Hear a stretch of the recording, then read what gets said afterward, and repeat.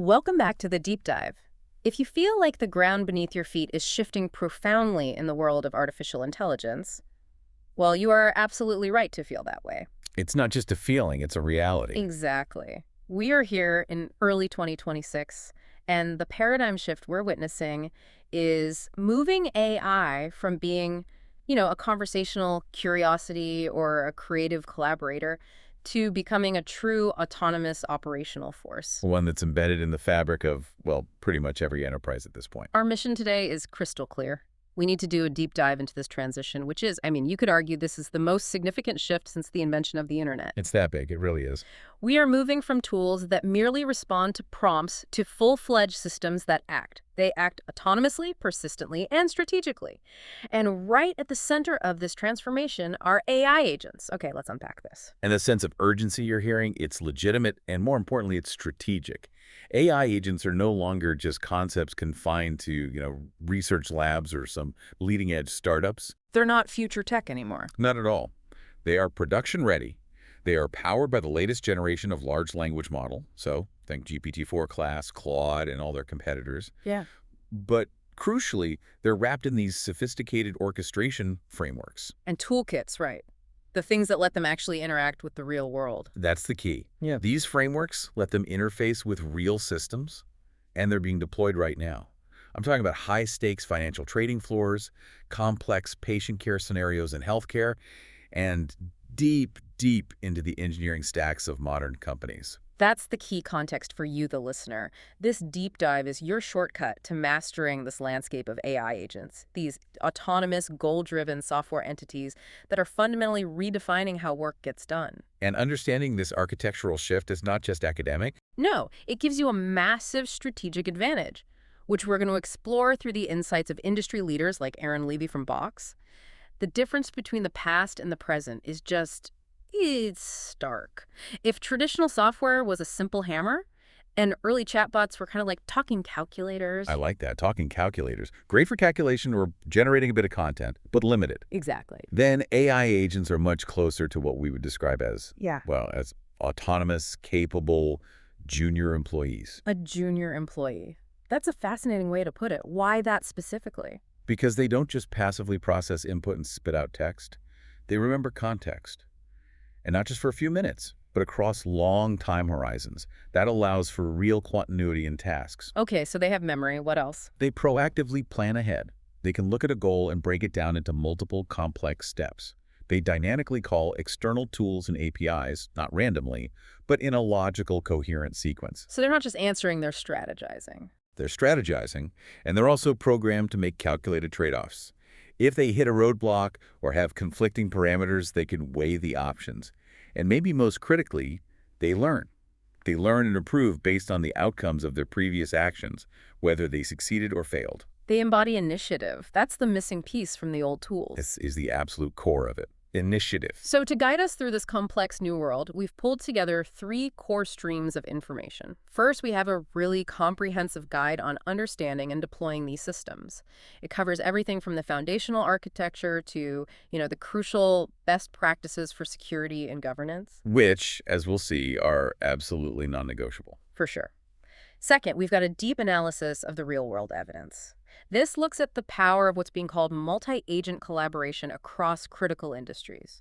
We're talking about systems of agents working together in coordinated teams. Not just single agents, but entire teams of them in healthcare, finance, logistics. It's happening everywhere. And finally, we are diving into the strategic implications. For this, we're leaning heavily on insights from Box CEO Aaron Levie, who paints this incredible picture of the entrepreneurial opportunity this technology creates and the shift it demands in our traditional business models. And all the sources, they confirm one thing. We're looking at something far greater than just an incremental tech upgrade. This isn't just a slightly better version of what we had before. These systems are ushering in what some are even prophesying as the age of abundance. The age of abundance, what do they mean by that? It's about radically accelerating human capacity. Not, and this is important, not replacing it wholesale, but amplifying it to a degree we've never seen before. The window for viewing agents as some far-off future tech is closed. They're here, they're operational, they're urgent, and they are transforming how organizations are structured right now. Okay, so to navigate this transformation successfully, we have to start with precision. I mean, in today's very crowded, very noisy conversation about AI, the terms, generative AI, AI agents, and this new one, agentic AI, they're constantly confused. All the time. And they're used interchangeably, which is a huge mistake. We need to clearly delineate the three distinct paradigms on this continuum. That clarity is absolutely essential because if you expect generative AI capabilities from an agentic AI system or, the other way around, it leads to catastrophic project failure. You're using the wrong tool for the job. So where do we start? The baseline. Let's establish the baseline first. Generative AI, the one everyone thinks they know. Generative AI. We called it the artist of the group earlier. And that's a perfect description. Its primary function is creativity and content creation. We're talking text, images, code snippets, audio, video synthesis, all of it. This is the technology that, really sparked the initial explosion of interest back in the early 2020s. It's the one that went mainstream. Exactly. But here's the critical piece. Its autonomy level is decidedly low. Explain what you mean by low autonomy. Generative AI is fundamentally reactive. It's prompt dependent. It requires a specific command or input from a human to produce an output. And it executes that one single task in a silo. So it's a one-trick pony, in a way, a very, very smart one, but still. It's designed to create content based on patterns it learned from vast static data sets. But it entirely lacks initiative. It cannot look at the email it just drafted and decide, this needs a follow-up action. I should schedule a meeting. That thought process just doesn't exist for it. Its core role, then, is just creative generation based on inspiration or an immediate need. We use tools like ChatGPT to draft emails or DALL-E to synthesize an image from a description. Or GitHub Copilot to get a starting point for some code based on a few keywords you feed it. Right, but the key functional limitation is that it just stops there. It doesn't initiate multi-step projects, and it definitely does not execute external tasks in the real world. Not a chance. You ask it to write a 500-word product description, it writes the description, job done. You ask it to book a dinner reservation, and this is the key difference, right? This is the perfect example. It tells you how to book the reservation. It'll list the steps for you, maybe give you a phone number or a website link, but it won't pick up the phone. It won't interact with OpenTable's API. It can't take the action. The output is an explanation or a piece of content or maybe a suggestion. Exactly. It is not an action performed out there in the world. And that clear limitation, that inability to act, moves us to the next step on the continuum, the AI agent, which we're calling the executor. The executor, yes. The function of an AI agent pivots entirely to task execution. It uses specific external tools and, importantly, predefined rules. These are actual software entities designed to achieve specific goals by interacting with the environment. The jump here sounds profound. It's not just generating text anymore. It is a massive leap. The agent perceives the environment around it, it reasons about the necessary steps to achieve its goal, and then it takes actions. What defines an agent isn't just the LLM at its core, but the structured loop that's built around it. So it's about the architecture, not just the brain? Precisely. They plan across multiple steps, not just one. They interact directly with external systems, your CRM, your company databases, public APIs, and they maintain a persistent memory. They can track the state of a multi-part task over hours or even days. And this brings us back to that crucial distinction you mentioned earlier. AI agents decide what to do next based on the progress they're making toward a goal. Yes. They're not just answering questions or generating a block of text and then stopping. They're in a continuous loop of action and evaluation. Let's use that flight booking example again, but make it more corporate, more complex. Okay, perfect. So an administrative task in an enterprise. A standard generative AI system, like we said, just provides instructions. An AI agent, on the other hand, if you give it the goal, book me a flight from Boston to San Francisco, optimize for the earliest Tuesday departure, and submit the expense report, it acts as a workflow orchestrator. So it doesn't just tell me what to do, it actually does it all. It executes every single step. It might use a browser tool to check flight prices across multiple airlines. Then uses an API tool to cross-reference your personal calendar to make sure there are no schedule conflicts. That's a huge step right there. A huge step. Then it uses a secure payment gateway tool to actually book the ticket. After that, it notifies the travel manager via an email API. And finally, it files the expense report using the company's internal finance API, attaching the receipt. Wow. Okay, that is a massive difference. So the chatbot talks about work. And the agent does the work. It completely eliminates the cognitive load and all those tedious execution steps that a human would normally have to manage. So it's not just saving me from typing, it's saving me from thinking about the whole process. That's the value proposition. Hmm. And their autonomy, we define it as medium. They are semi-autonomous, but within a highly predefined scope. They have to rely on established business rules and human-defined parameters to operate safely and effectively. So they're not going rogue and booking first class to Tahiti. Not unless you've given them a rule that allows for that. They are execution-focused, and they're designed to handle these semi-structured, multi-step workflows with incredible efficiency and repeatability. Okay, that makes sense. So we've got the artist and the executor. Now we arrive at the frontier, agentic AI, the strategist. The strategist. This is where we see true agency emerge. The ability to not just follow a predefined plan, but to proactively set its own goals, devise complex multi-step strategies, and, this is the most important part, adapt those strategies to changing circumstances with minimal human intervention. So the autonomy level here is high. Very high. They're proactive, they're capable of independent decision-making and continuous strategic goal pursuit over very long time horizons. The system isn't just an LLM anymore. It's the LLM, the reasoning capability, combined with a dynamic, self-correcting orchestration system. Okay, the core difference here isn't just doing more steps. It's the ability to handle ambiguity and, maybe more importantly, failure. So how does this level of strategy actually work in practice? How can it change its entire approach mid-task? It's all about that orchestration layer. Unlike the AI agent, which follows a relatively linear path with some if-then branches, the agentic AI system can fundamentally reassess its initial premise. What does that look like? Give me a scenario. Okay, imagine it's on a mission, and it encounters a severe roadblock. Let's say the main API it relies on is suddenly deprecated, it's just gone. Yeah. Or maybe the external market conditions it was analyzing change drastically in a minute. An AI agent would just fail and send an alert. Probably. It would hit a dead end and report an error. But the agentic AI system doesn't just fail. It goes back to its central reasoning engine, performs a multi-step self-critique on its previous strategy. It literally asks itself, why did my plan fail? And then it dynamically defines entirely new sub-goals and new tool use strategies to get around the problem. So it's not just debugging one little step in the code. It's rewriting the entire strategy to still achieve that initial big picture goal. Precisely. It's problem solving on a strategic level. And we're seeing advanced examples that really illustrate this. Consider a tool like AutoGPT, which performs autonomous research and reporting. If its initial search query yields poor results, it doesn't just stop. Right. It doesn't just say no results found. No, it figures out alternative search strategies. Mm-hmm. It might decide to consult different databases or switch to a different search engine or even plan to scrape data from a specific website, all dynamically, all on its own. And what about something even more complex, like software development? Look at Devon AI. It's designed to tackle end-to-end software development. It plans the architecture, it writes the code, it debugs, it tests. If a dependency fails during compilation, a really common problem, it doesn't just stop and wait for a human developer. What does it do? It autonomously researches the fix online, it updates its own project plan to account for the new step, and then it reruns the whole pipeline. It's a complete autonomous development cycle. And in a high-stakes environment like cybersecurity? In cybersecurity, an agentic AI system can detect a complex, zero-day threat.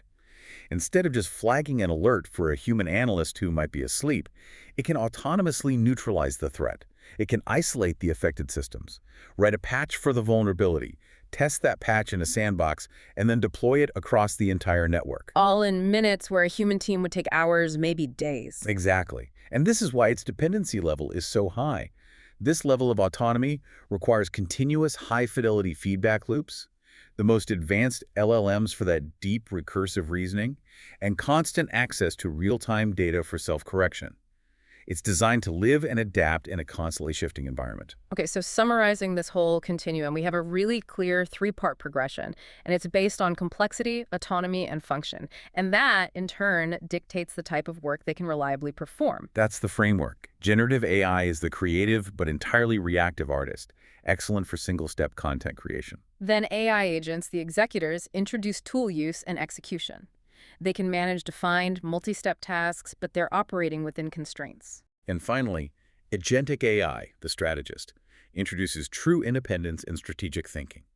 This enabled complex, open-ended workflows with minimal intervention, and it's constantly learning and adapting its own strategies. So the key progression really goes from creation to constrained execution to strategic, proactive goal pursuit. And the source material really underlines that your choice of which model to use must align perfectly with your operational goal. Generative AI relies heavily on its trained data sets and your user prompts. Right. AI agents, they depend on APIs, business rules, and external tools to get structured tasks done. But agentic AI, the strategist, it relies on this constant flow of feedback, the best LLMs for that complex recursive reasoning, and real-time data for self-correction. So it's really the only system that's designed for adaptive problem solving, especially when you're dealing with unknown or ambiguous scenarios. Exactly. And understanding where your project lands on this continuum isn't just some academic exercise. It directly dictates your deployment risk. As one of our sources noted, an agent without clear governance and scope, especially one that's approaching agentic capabilities, well, it's like a self-driving car without brakes. A terrifying thought. Terrifying, and a perfect analogy. The architecture is what defines the safety and the effectiveness of the whole system. Here's where it gets really interesting. Let's look under the hood. Let's talk about the agentic stack, the digital nervous system that allows these systems to move beyond just simple chat. This is so important because this is not just about sending a few API calls to an LLM. This is a structured, iterative architecture that is designed for continuous, reliable action inside an enterprise. So it's a fundamental architectural divergence from traditional software. Completely. An effective AI agent is built around an iterative cycle. It's this foundational cognitive loop that is the real source of its persistence and its intelligence. Okay, walk us through this cycle. What are the key stages of an agent's continuous operation that enable that junior employee functionality we talked about? Okay, so the agent operates on a continuous loop. Observe, think, plan, act, reflect. This cycle is what ensures it can pursue a goal persistently and, crucially, improve itself over time. Let's break that down. So, observe. That's the sensing layer. It's perceiving the environment. Yes. The perception module is constantly ingesting data. It's the agent's eyes and ears. Then comes think. This is the LLM-powered reasoning engine, which interprets all that sensory data and weighs the different options it has against the ultimate goal it's been given. Okay, so it sees what's happening, it thinks about what it means, then it must come up with a plan. Exactly. That's the plan stage. Mm-hmm. The planning module systematically breaks that high-level thought from the think stage into discrete executable steps. First, I will do X, then I will do Y. And once it has the plan, it has to execute it. That's act. Right. The act stage is the execution layer actually interacting with the external world using its tools. Yeah. Making the API call, querying the database, sending the email. Okay, observe, think, plan, act. That sounds like a standard script, but you added one more.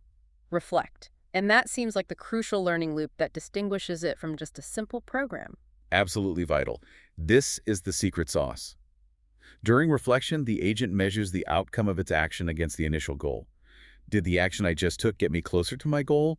Did it work? Did it create a new error? And what does it do with that information? That outcome is fed back into the system's memory. It uses that new knowledge to improve its future decisions and adapt its planning strategy. So next time it faces a similar situation, it knows what worked and what didn't.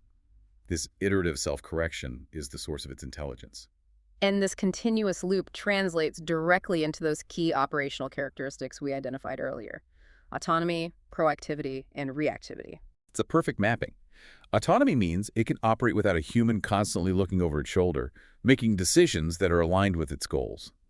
Proactivity means the agent doesn't just sit and wait for input, it anticipates needs. So it might initiate actions on its own? Yes, like collecting necessary compliance information before it's asked, or scheduling follow-up tasks, or flagging potential risks. And finally, reactivity means it can respond dynamically to shifts in the environment. A sudden change in market data, a critical system event going off, an updated internal policy document. It can ingest that new information and change its plan on the fly. That's what makes it so robust. Okay, so let's break down the components that physically enable this loop. Let's start with the inputs, the perception module. The perception module is the agent's complex input processing system. And I mean complex. You can't just read text. To be effective in an enterprise, it has to ingest both structured and unstructured data. So not just emails, but what else? Data from APIs, from SQL databases, from streaming data pipelines, things like Kafka or other message queues. It might even need to interpret signals from internal sensors or system event logs. This comprehensive intake is what fuels accurate decision-making. Garbage in, garbage out is truer here than anywhere else. Okay, so it's taken in all this data. Next is the reasoning engine, the brain. We know it's LLM powered, but if traditional LLM chains are, linear, how does this reasoning engine manage the complex, nonlinear logic that enterprise tasks always require? This is such a critical point, and it's something the sources really emphasize. For complex, multi-step, mission-critical tasks in a business, simple linear LLM prompting or standard function calling is inherently brittle. What do you mean by brittle? I mean, if one step in the chain fails, the whole process just breaks. And often, it breaks without a useful error message. You're just left with a failed process and no idea why. That's why the industry has rapidly converged on graph-based reasoning frameworks, and specifically, a tool called LangGraph. A graph. So we're not talking about a straight line anymore, but a network of possibilities. Why is that structure so essential for enterprise applications? Because the graph structure provides a structured decision map. It allows the agent to navigate that complex, conditional logic. So if the agent needs to call tool A, and tool A fails with a specific error X, the graph framework defines the next logical step. So it has a backup plan built in. It has multiple backup plans. It might define that the next step is to call tool B, or maybe it initiates that self-critique loop we talked about, or it could route the failure to a human supervisor for review. It handles the if this, then that, but if that fails, try this other thing logic, which is the absolute cornerstone of resilient workflow automation. So the graph enforces the rigor and the resilience that a simple linear chain just can't provide. And this structure, this thinking, it feeds into the planning module, which you mentioned, is often augmented by a RAG. Retrieval augmented generation. So the planning module translates that structured thought from the reasoning engine into a sequence of concrete executable steps. And RAD is not negotiable here. It is what grounds the agent in reality. It prevents the notorious hallucinations that make vanilla LLMs totally unreliable for fact-based work. And for our listeners who are familiar with RAG, can you elaborate on what good RAG integration actually looks like in this context? It's not just about dumping documents in, is it? Not at all. Good RAG means pulling external, accurate, and contextually relevant knowledge from your company's internal documents. Think vector databases containing your proprietary pricing sheets or specific legal codes you have to adhere to, or detailed engineering manuals. So it's using the company's own brain to make its decisions. Precisely. This ensures the plan is based on your company policy and your specific facts, not just the generalized knowledge the model learned 2 years ago from the public internet. The quality of your RAG directly determines the level of trust an organization can place in the agent's plan. Okay, so the plan is finalized, it's grounded in reality, the agent now needs to act. This is the action execution layer, the agent's hands. Correct. This layer is what connects the agent to its tools. The internal web browsers for scraping data, specialized CRMs like Salesforce, ERP systems, SQL databases, email systems, everything. But, and this is crucial, in a secure corporate environment, this layer has to use structured standards. And the emerging standard is the Model Context Protocol, or MCP. The MCP, what does that protocol enforce and why is that so critical for security? Think of the MCP as a secure, standardized interface layer. It acts like a chaperone for the agent. It ensures that when the agent attempts a real-world action, say, initiating a transfer of $10,000 in the finance system, it does so safely. How does it do that? It does it with validated data schemas, with the necessary role-based permissions, and in a format the target system can understand and trust. It strictly separates the LLM's reasoning, the thought, from the final execution, the act. This ensures the action is always structured and safe, which massively mitigates the risk of runaway or malicious actions. Okay, that makes sense. It's a safety layer. We also have to address memory, which is essential for persistence and learning. How is the memory system segmented to handle these long-term enterprise goals? An agent needs both immediate recall and long-term knowledge. So the memory is split. You have short-term memory, which is the ephemeral session context, the immediate conversation or the task flow of the last 30 minutes. It's like RAM. And then the long-term. And then long-term memory, which is the persistent knowledge that can span months or even years. This is the hard drive. This is where historical task data, past failures, successes, and learned company policies are stored. Typically, this is done in a vector database via embeddings, which allows the agent to continuously build and refine its own institutional knowledge over time. And finally, the mechanism for evolution, the learning and evaluation loop. This loop is the foundation of true agent intelligence. Performance isn't static, it improves. It improves through log metrics, through explicit reinforcement signals, and through the absolutely necessary human-in-the-loop feedback. So if an agent does a good job, you tell it. You have to. If the agent successfully streamlines a complex vendor onboarding process, that positive outcome reinforces the chosen planning graph. It learns this path works. Conversely, if it consistently makes errors in a specific regulatory environment, that negative feedback guides immediate fine-tuning and behavioral adaptation. It learns the path is dangerous. So the whole system becomes continuously more resilient and more intelligent over time. It has to. An agent that cannot reflect and learn is just a fragile automation script waiting to break. So knowing the components gives us the what. The blueprint gives us the how. And the sources suggest that building a reliable agent is far less about achieving some creative LLM output and far more about disciplined engineering and system design. It absolutely starts with discipline. And step one is define goals precisely. Vague goals are the #1 killer of agent projects. You have to remove every ounce of ambiguity, especially because LLMs excel at exploiting ambiguity. Let's really clarify the stakes of that goal definition. What's the difference between a weak goal and a strong one? Okay, a weak goal is totally useless. It's something like, help improve our sales pipeline. What does that even mean? It could mean 1,000 different things. A strong goal, on the other hand, is concrete, and it's testable. For example, automatically generate customized follow-up emails for all leads who interacted with a pricing page in the last 72 hours, optimizing for a 15% open rate and a 5% response rate, and deliver the action within 90 seconds of the user's visit. Wow. Okay, that's specific. You can measure success, time, and the return on investment. Every part of it is measurable. And that clarity then guides step 2, framework selection. You have to pick the right tools for the job based on that specific goal. And what are the options there? It's a spectrum. For rapid prototyping, maybe for business users who want to experiment, you might opt for low-code platforms like Vellum. For developers who need deep customization, state management, and those critical graph structures we discussed, you move to developer-first options like LangChain or LangGraph. And for the big players, large corporations. For them, needing deep integration with their existing security and compliance architecture, you require enterprise-grade systems, like those offered by Microsoft or specialized system integrators. Okay, you've got your goal, you've got your framework. Step 3 is integration.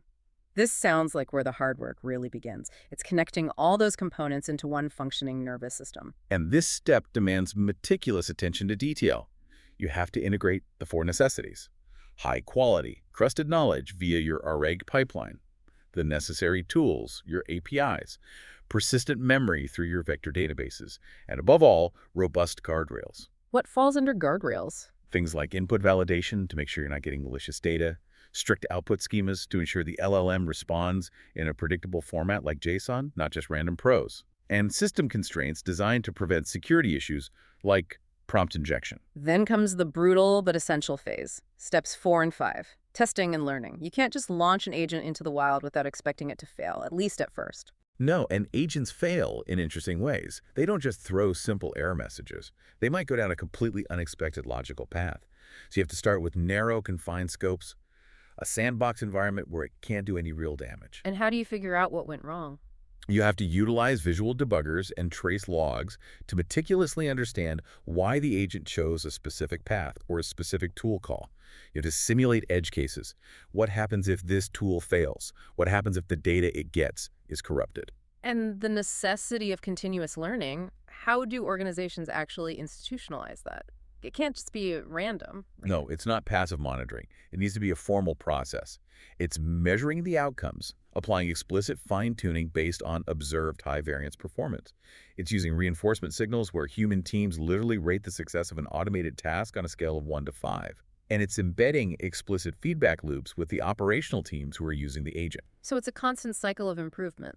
The difference between a fragile workflow and a true AI agent is that ability to continuously learn and self-correct based on real-world outcomes. That structural rigor from that observe, think, plan, act, reflect cognitive loop all the way to this detailed deployment blueprint, that's what makes this agentic stack so powerful.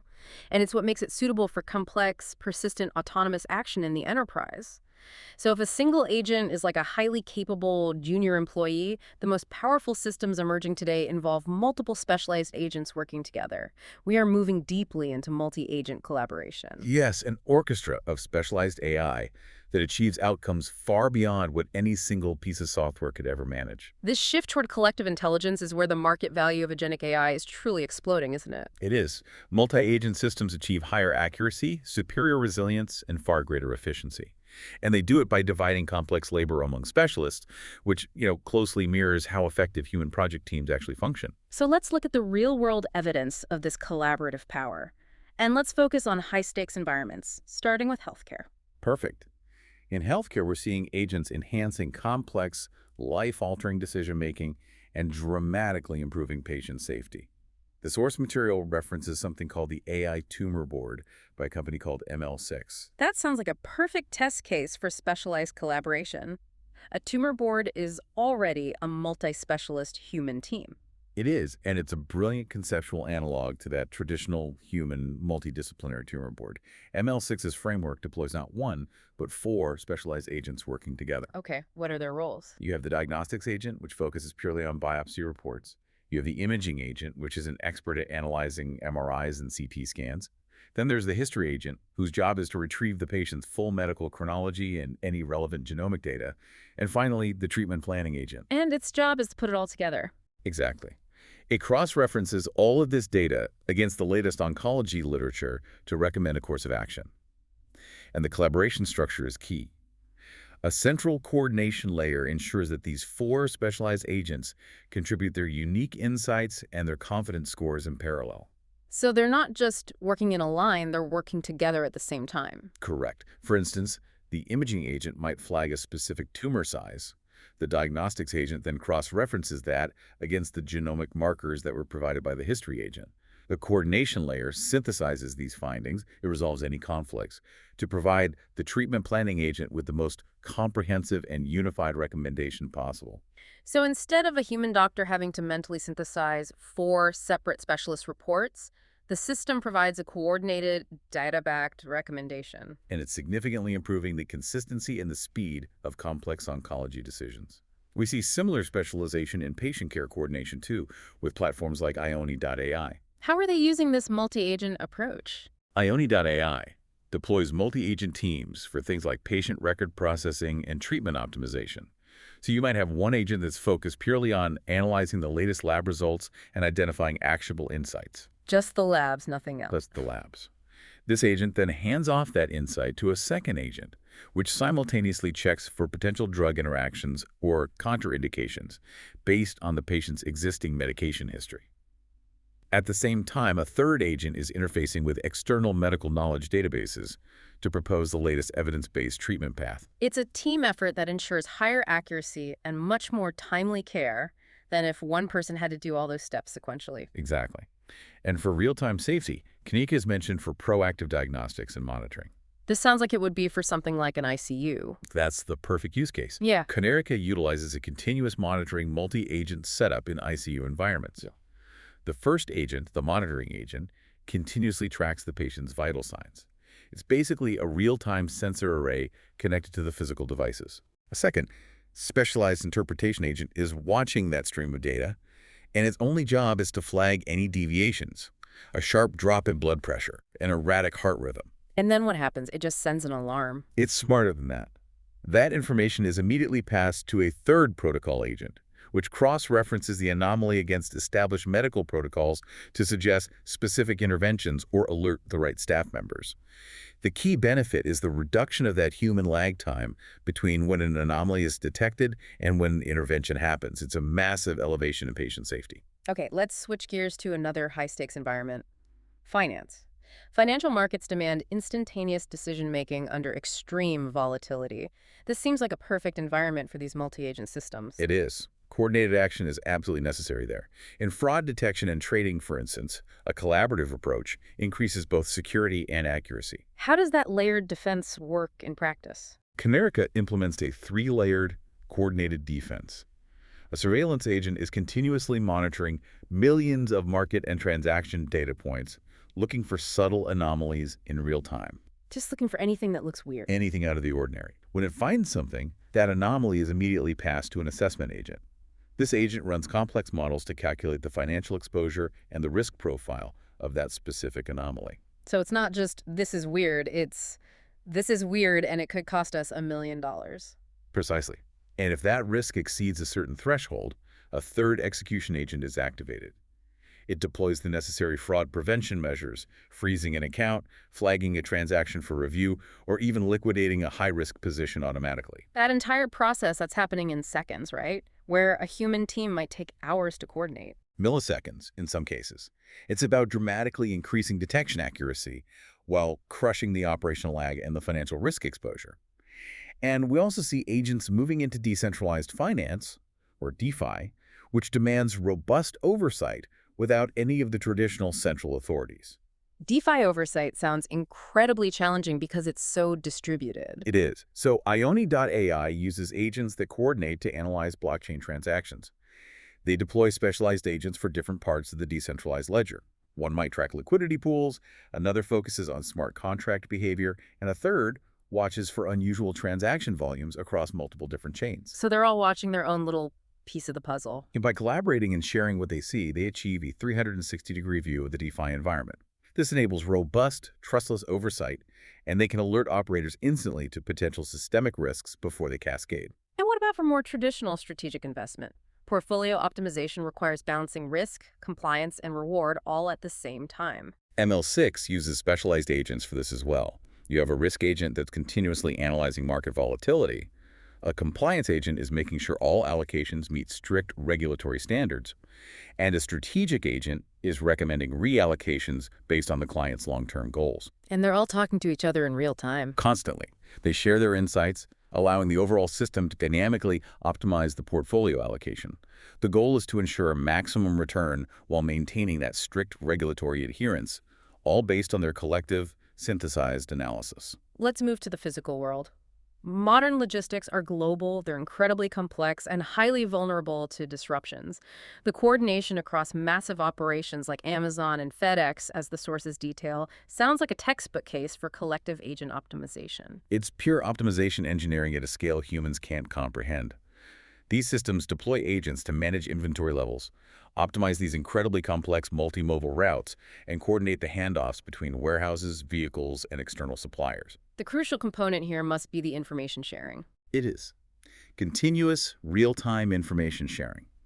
If a logistics agent detects a truck delay in one region, it instantly communicates this information to the inventory agent at the next warehouse in the chain. That agent then communicates with the routing agent to reprioritize other deliveries to mitigate the bottleneck before it even happens. So the system is always preventing problems from propagating down the chain? Precisely. They're constantly sharing data to prevent bottlenecks, accelerate deliveries, and reduce costs by collectively optimizing the entire supply chain. Yeah. It's far beyond what human planners could manage at this scale and speed. And this collaboration extends into the physical warehouse itself, especially with robotics, according to New Horizons. Correct. For high-volume order fulfillment, robotic agents collaborate seamlessly. You have an optimization agent whose entire job is to plan the most efficient, non-colliding navigation paths for all the robots through the warehouse floor. While other robots are actually doing the work. Yes. At the same time, specialized picking agents and packing agents are executing the physical tasks. They communicate real-time positional data and their task status to each other to avoid collisions, to prioritize urgent orders, and to ensure seamless throughput optimization. It's all about maximizing the physical efficiency of the operation. This moves us into collective intelligence at the municipal level. Smart cities and transportation. How do agents embedded in vehicles and infrastructure work together to manage something as complex and fluid as urban traffic? This is truly agentic AI utilizing decentralized control. Agents embedded in autonomous vehicle fleets are sharing real-time data on everything. Road conditions, their speed, their route choice, even minor hazards. They share it with each other and with a central traffic management system. So they function as a kind of distributed collective brain. That's a perfect way to describe it. They're constantly optimizing traffic flow across the entire network by making small, local adjustments that benefit the global system. So an individual vehicle is optimizing for the good of the whole system, not just its own route to get there the fastest. Exactly. They collectively work to minimize congestion, rather than just one vehicle selfishly optimizing its own journey. And Smythos provides the example of dynamic traffic management. Traffic light agents communicate instantly with approaching vehicle agents. So they're not on a static timer anymore. No more static timing. They dynamically adjust the signal timing based on real-time traffic demand. This minimizes delays, it reduces energy usage by smoothing the flow of traffic, and it even cuts down on pollution from all those idling vehicles. Okay, let's bring this back into the organization where collaboration can simplify these incredibly messy cross-functional tasks. The example of complex employee requests is highly relatable for anyone who's worked in a large company. This is the perfect illustration of efficient delegated execution across organizational silos. Kubia.ai details a setup where a single supervisor agent receives a complex employee ticket. For example, a request to troubleshoot a technical firewall issue combined with a complicated request for extended parental leave. Two completely different departments, two completely different skill sets required. Exactly. The supervisor agent recognizes this as a cross-functional task. It doesn't try to handle the work itself. So what does a supervisor do? It delegates. Right. It spins up a specialized IT agent to troubleshoot the technical firewall issue using all the internal diagnostic tools. Simultaneously, it spins up an HR agent to process the leave application according to company policy and interact with the employee for any necessary documentation. And what about approvals? It calls a third approvals agent whose only job is to route the necessary sign-offs to the correct human managers in the correct order. So one single entry point for the employee leads to parallel processing across organizational silos. It manages multiple distinct administrative tasks simultaneously. Precisely. The supervisor agent then manages the coordination, the synthesis of the results, and the final communication of the outcome. It ensures a seamless, rapid resolution for the employee, even though the request touched 3 different departments, 5 different software systems, and required 3 different sets of internal rules to resolve. And we see this same delegation structure applied to technical teams, too. Streamlining the software delivery process, the CI/CD pipelines. Yes. Kubia.ai agents coordinate to automate and streamline these pipelines. You might have a specialized code analysis agent detecting errors and suggesting fixes in a developer's code. At the same time, a testing agent is simulating complex deployment scenarios across multiple environments. And a deployment agent is pushing the verified updates to production. This multi-agent coordination just accelerates development cycles, improves reliability by eliminating human error. And it ensures end-to-end automation of software delivery at enterprise scale. The overwhelming evidence really across all these sectors, healthcare, finance, logistics, enterprise, is that dividing this complex cognitive labor among specialized collaborating agents leads to radically higher accuracy, resilience, and efficiency than any single agent, no matter how powerful, could ever achieve on its own. It is the new architectural standard for operational excellence.